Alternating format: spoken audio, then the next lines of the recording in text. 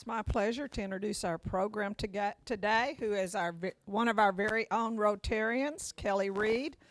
Kellie Reed is currently serving the city of Stillwater as the airport director of the Stillwater Regional Airport. She is an Oklahoma State University aviation science graduate. Whew, a lot of words. She's worked at airports in the Southwest, the Northwest, Alaska, and the South Central region.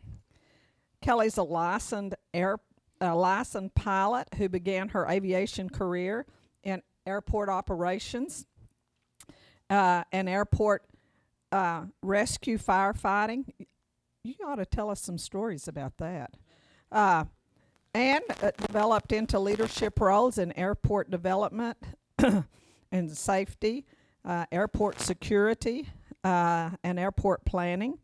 Prior to moving to Oklahoma, Kellie was leading the aviation planning team for an engineering firm in Alaska and had the privilege of supporting many airports throughout Alaska and in the Pacific Northwest. In her free time, Kellie enjoys spending time with her family. She has 2 lovely children and a spouse. And I'm going to have to tell you, he did not graduate from Oklahoma State, but he has an orange truck. So if you see an orange truck, it is probably Kellie's husband. She enjoys what is homesteading, learning homesteading skills, flying and traveling and spending time with her family. Okay, let's give Kellie a big welcome for coming and speaking to us.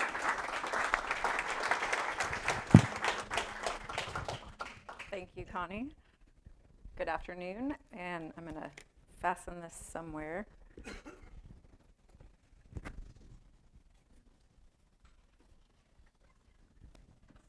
Probably should have done this before I sat down. Yes, please. It doesn't want to go on the pocket.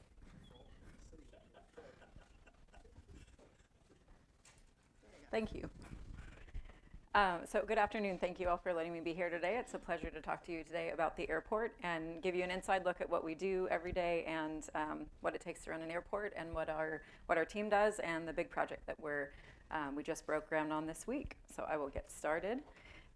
We've got an aerial here of the airport so you can see our boundaries. Total acreage at the airport is a little over 1,400 acres, so it's grown a lot since the airport was established in 1929. We have 90 based aircraft. That means aircraft owners that choose to keep their airport hangared or on tie down at our airport. Last year we had a little over 33,000 enplanements. An enplanement is a commercial passenger who leaves Stillwater for another airport. And then a little over 77,000 operations. And an operation is an aircraft takeoff or landing. So as you can see from the traffic you see flying around Stillwater, we are very busy with a lot of flight training aircraft, our commercial service, and corporate and a little bit of military as well. So I wanted to highlight my airport team. We've got a team of 27 when we're fully staffed. That's our airport operations team that are also airport rescue firefighters. Like Connie mentioned in my background, you can see the very exciting truck we get to drive around and use to protect aircraft in the event of a fire or accident. We also have airport security team members who keep our airport secure, airport maintenance that help us maintain the grounds, and our admin team that help us run the airport, run our finances, and participate and support our marketing and communications. So we support many types of aviation. I'm excited to talk about our commercial air service, but I also am equally excited about the other facets that we serve. So corporate aviation, which are the private jet aircraft, typically. Sometimes it's single engine aircraft as well.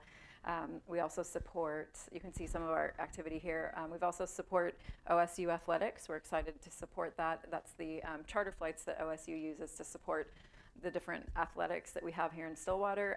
We're about to kick off football season, so you'll see us get very busy with those United and other airlines supporting flights.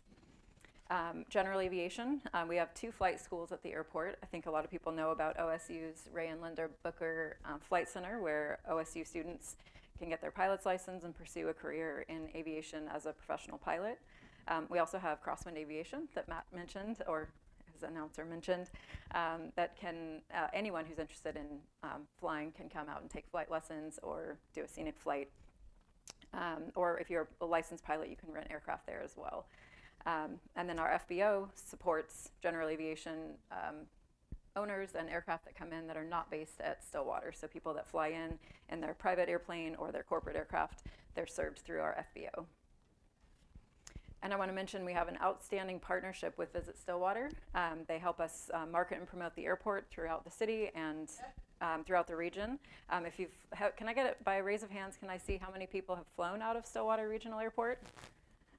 A lot. I like it. That's the biggest ratio I think I've seen in a group yet. So if you haven't had our coffee's very good. It's free of charge, thanks to Visit Stillwater. It's a wonderful offering that I have not seen at any other airport, commercial service airport that I've flown out of. But we try and do a lot of community-facing events. This past year we had Santa.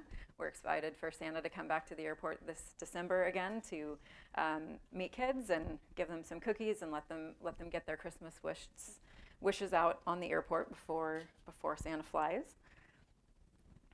I'm not going to go over all this, but I want to hit on some highlights about Stillwater Airport's history. The airport came about in 1929 when the mayor at the time acquired 239 acres for airport property. So the city of Stillwater owns the airport, has owned it throughout, but it's been leased out numerous times, sometimes to Oklahoma A&M, then to OSU. Prior to that, it was a military air service field. There was no military flight instruction that happened at Stillwater, but pilots were learning how to fly and then getting their basic certifications and then going on to other military training centers in Oklahoma during World War I. And so for a period of time, the Navy owned and operated the airport. And you can see in that lower photo on the lower left, there's a fleet of large historic vintage aircraft over there that are parked over in the far northwest corner of the airport. So it just has a really dynamic history for an airport to be military at time, to be owned by a college for part of it, and then come back to the city in 1980. And then we gained the name Stillwater Regional Airport in 1999. And then most recent history was when we began commercial air service in 2016. Tomorrow is our 8th anniversary of commercial air service. So you can see the airplane we started off there with in the background, the Embraer 145. That was a 50-seat aircraft. And then about 2 years ago, we upgauged to a 65-seat aircraft. So while our annual load factor, the amount of passengers that we carry on an annual basis averaged out is about 70%. We've grown to 70% since we started service. We've also increased to 70% in that newer 65-seat aircraft. And what you see here is the Embraer 170. We were blessed to have that for a few months earlier than this year. We're back to the CRJ 700, which means not taking your carry-on, second bigger carry-on with you on the plane. But we're excited that the E170 is coming back in January. So both aircraft that we support right now are 65 seats. In the future, our hope would be to upgrade to an E175. I'll talk about that more in a little bit. One thing that I don't know if many people know is when you fly commercially on American out of Stillwater, you can either accrue your miles on American Airlines or with any of one of their partners listed here.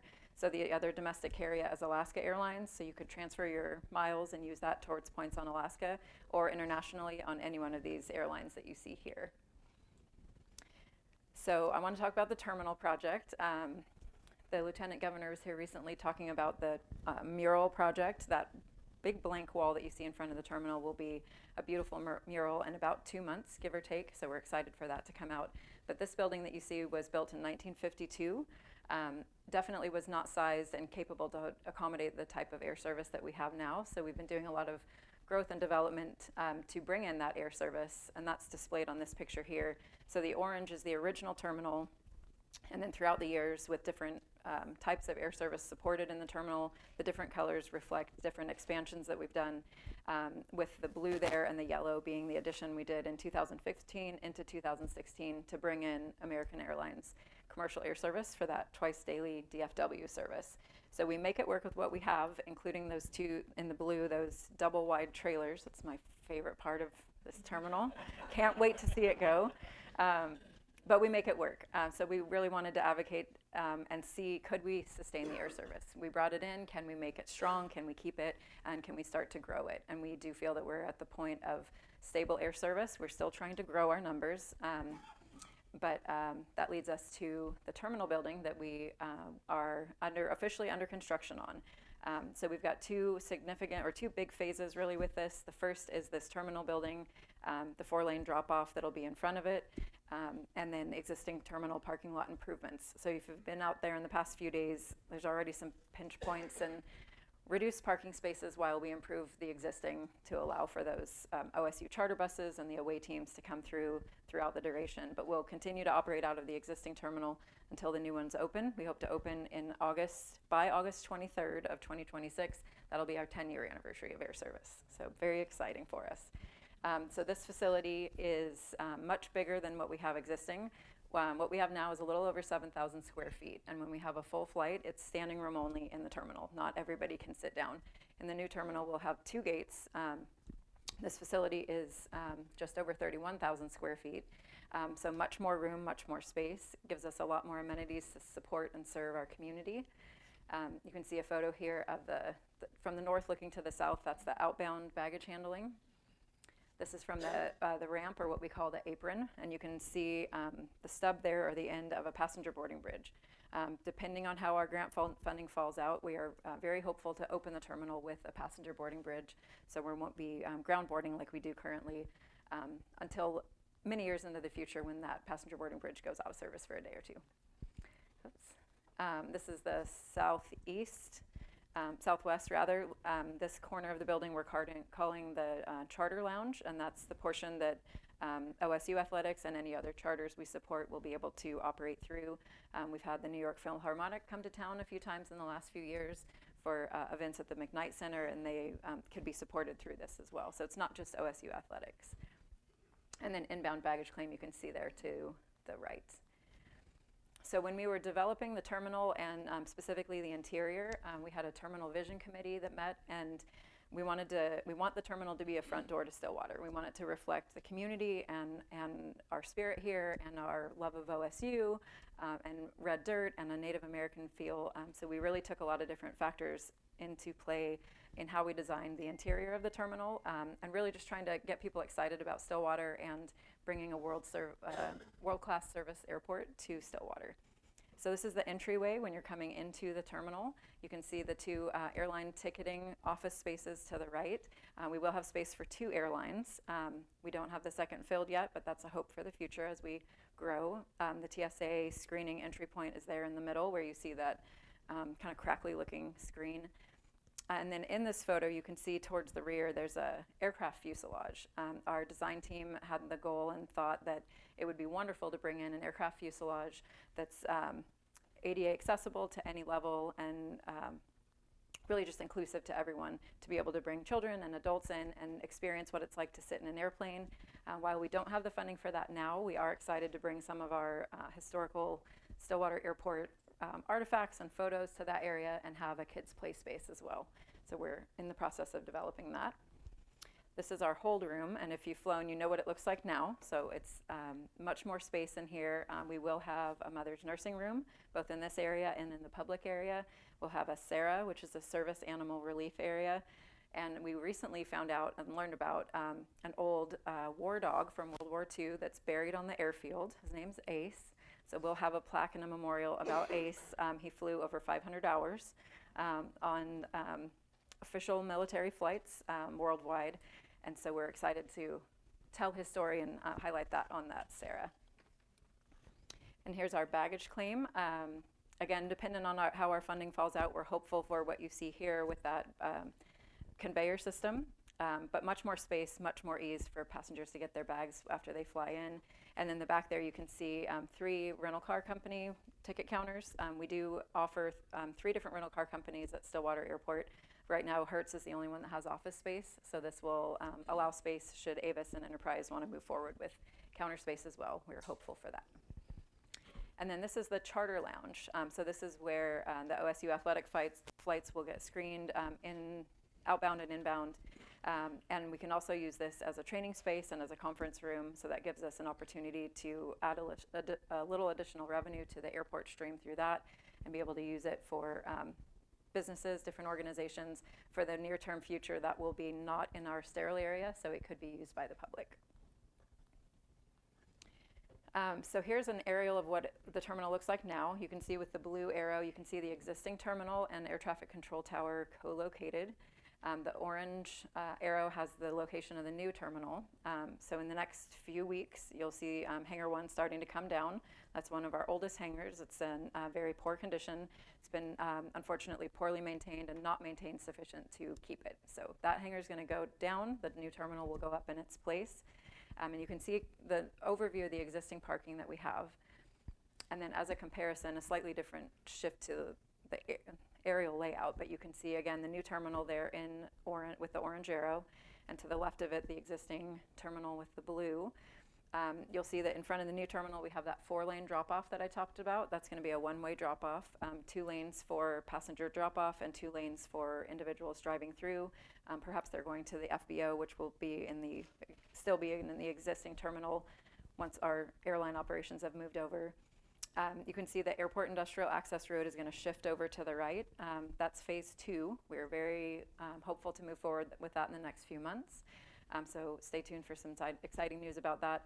So that'll shift Airport Industrial Access Road and bring in that roundabout that you see. So the intersection of Airport Road and Airport Industrial Access Road, instead of having that high-speed turn that's historically been a safety issue, we've had a lot of accidents at that intersection. The safety will be vastly improved with a roundabout that improves vehicle separation and allows for safer travel through that area. And then you'll also see there in that pocket between the new and old Airport Industrial Access Road, 2 new parking areas. We're still identifying how our funding is going to fall out on that, but we're hopeful to have some up-close parking, and then possibly by the opening of the terminal, that farther lot be open, and if not, that's our goal in the next few years. So I've got a kind of rough overview of our timeline for the terminal. Construction began just in the last few days, which is exciting, and for now the construction's on that existing terminal parking lot. We want to make sure that passengers and public can still maintain their flow of travel to the terminal, access the terminal while we continue to build out. We are looking forward to having a groundbreaking ceremony soon, near October 1st is our goal.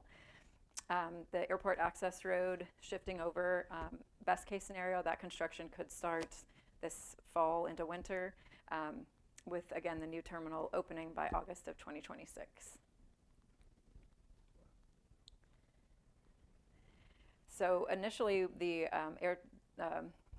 airport terminal project and airport control tower, air traffic control tower were one project.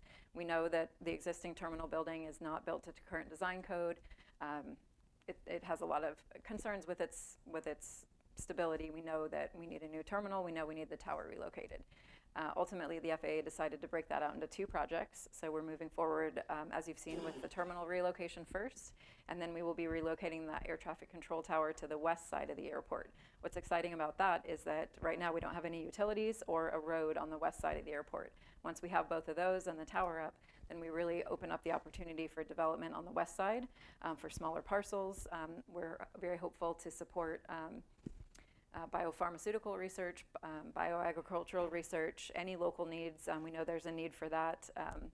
We did a study last year supported by the city and Chamber of Commerce to really look at what's needed in this area, what could the airport provide with that space. So in addition to aeronautical development, which would serve aircraft and aircraft operations, we also will be able to offer more land for lease. So we're excited about that. One of the questions I always get is about air service development, so I thought I would give you the information I have before I get the questions. As I mentioned, we've got the E-170 coming back in early January, the first week of January, for about 5 months. We're hopeful it'll be longer than that. It's a more spacious airplane overall. It offers a few more premium seats than CRJ 700. We are hopeful that once we get above 85% load factor in that aircraft, that the next step with American Airlines would be the Embraer 175. You can see that there in the top left. We're probably a few years away from that, but that's their next airplane that they would bring in, demand-based. I saw a quote from an airport director that I'm friends with recently, and she was talking about what communities can do to bring in more air service. I get asked often, are we going to go to new locations? Are we going to bring in new airlines? The best thing you can do to support that is to just fly where you want to go. The more you fly in Stillwater, the more you're going to show the airlines that there's demand, that there's a reason for them to be here. The stronger we get with our American Airlines service, the more attractive we are to other airlines, to other destinations. Our market research shows that we have high travel to Las Vegas and to Orlando. So those are two destinations we've started sharing our data with both Breeze and Avelo Airlines. Those are two of the ultra low-cost carriers that may consider something here in the future like part-time service, what would be 2 or 3 days a week, which would be very exciting, bringing in new locations. But really first, we've got to focus on that goal of getting our load factor average up a little bit higher throughout the year. There's days that we're at 100% capacity or overbooked, and there's also days that we're at maybe 30% capacity.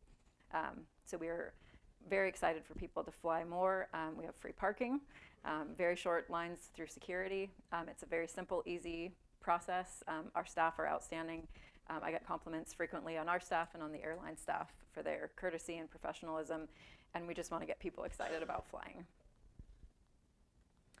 So our next steps are to continue working with the FAA on our funding. FAA has been a tremendous partner so far. Overall, this project is coming in around $27 million for all of the phasing, for all of the components.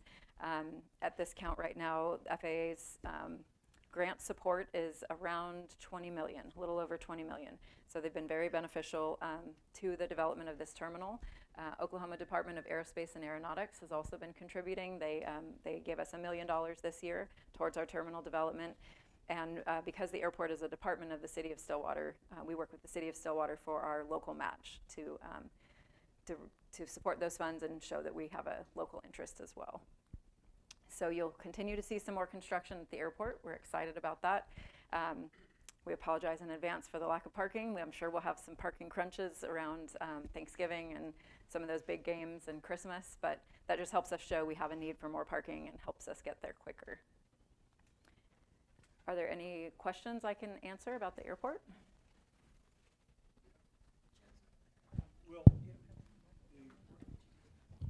Will the roundabout be large enough for vehicles pulling trailers or big buses and all that to go in? Because like the one we have in Stillwater, it gets damaged every once in a while. Yes, so we were very transparent with our design team to make sure that they understood that we have a daily need to support fuel trucks, fire trucks, and charter buses. So it has been designed for the largest vehicles that we know are out there on a very regular basis. And since you're moving the parking out further away, will there be any covered walkways to get to those? We don't have covered walkways currently. What I can show you, here we go.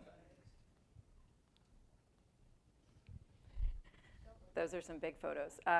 The smaller lot, what we're calling that triangle lot, is actually a little bit closer than the existing ball field lot that we have now. So the parking will be closer with crosswalks across. We don't have covered crosswalks at this point. Kelly? You mentioned the 4-lane drop-off area. Is that also the pickup area, or is that a different place? Drop-off and pickup. It's a drop-off. Mm-hmm.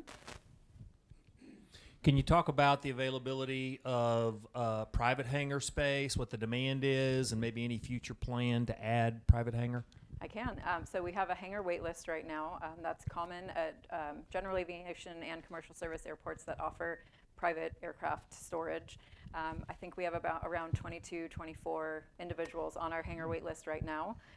So we do see rotation, we do see turnover on that, but it's slow. It takes multiple years to get a hangar currently. We have open tie downs, but those are tied down to the asphalt with no coverage.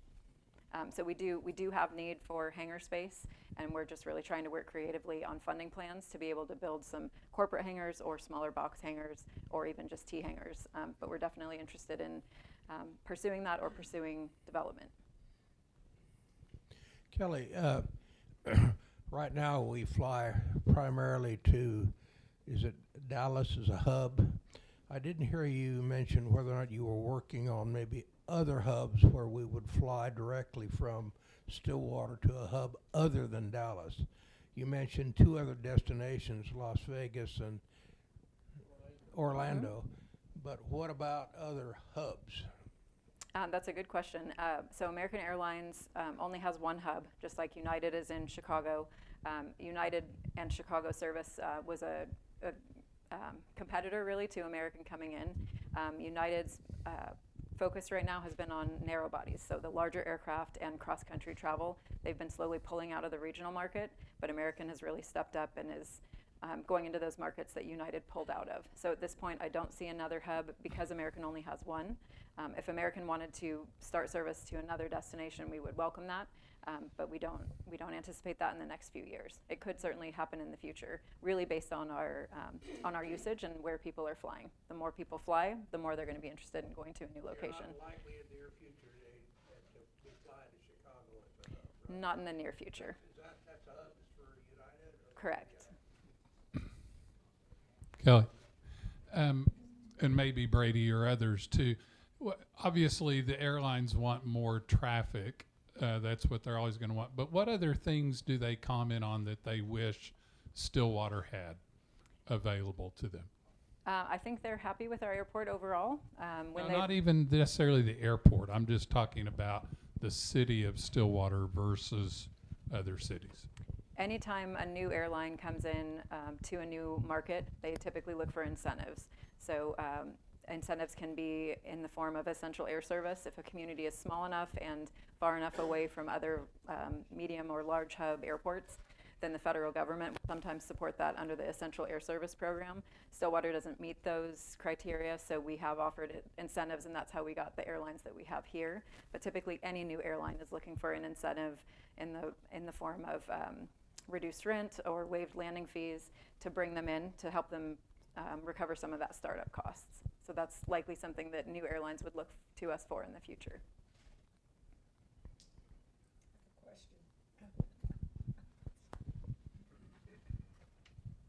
You were talking about some days you're overbooked and some days you barely have 30%. What are your busy fly days and the least fly days? I wouldn't say days of the week, it's really more months and periods. So our busiest season is by far big football games, Thanksgiving, Christmas. You'll see, if you drive by the airport, you'll see a lot of vehicles parked in the grass, and then you know we are full and we are healthy until we get this improved parking. And it just varies. Throughout the school year, we'll have certain days, typically Fridays, Saturdays are busier with students flying there and back. But throughout the year, we do have a pretty consistent load factor. We're usually seeing 60s, 70s, sometimes 80, 90, 100. It just depends on the day. American Airlines is transparent with their data, and then they give us reports after the fact so that we can track and see. I do know that so far this year, we're already on par to exceed the 33,000 enplanements we had last year. One more. So I assume you do demographics on where people come to Stillwater and fly from. Besides Stillwater, where are we attracting people for our flights? Texas and the Southwest are the biggest market, and then West Coast kind of second to that. Now, where are passengers coming from? Where are they driving to Stillwater to fly from? Oh, I see what you're saying. Yeah. So we call that our catchment area, which is really anyone who lives close to the airport that would fly here as opposed to Oklahoma City or Tulsa. We also experience leakage, which is when those community members go to Oklahoma City or Tulsa instead of coming to Stillwater. So it's all as far north as Ponca City, all the way west to Enid, east to Cushing, Perry. Those are all markets that we look at that are in our catchment area, that some of them are driving by our airport to go to those other destinations. Some of the misconception is that the ticket price will look sometimes cheaper. Tulsa is usually cheaper than Stillwater.